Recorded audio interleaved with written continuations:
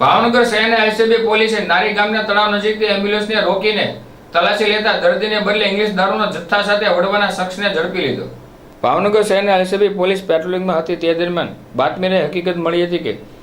Bhavnagar Ahmedabad highway Dholera તરફથી એક ambulance Bhavnagar નારી ગામ તળાવ નજીક આવેલ છે, જે બાતમીવાળી જગ્યાએ રેડ કરતા એલસીબી સ્ટાફના માણસોએ એમ્બ્યુલન્સને રોકી તલાશી લેતા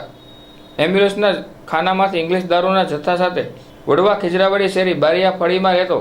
મનીષ દિનેશભાઈ ડાબીને અલગ અલગ ઇંગ્લિશ દારૂના બોટલો સાથે કુલ ₹7,35,790ના મુદ્દામાલ સાથે ઝડપી લઈ વર્તેજ પોલીસ સ્ટેશન ખાતે સોંપી આપેલ છે।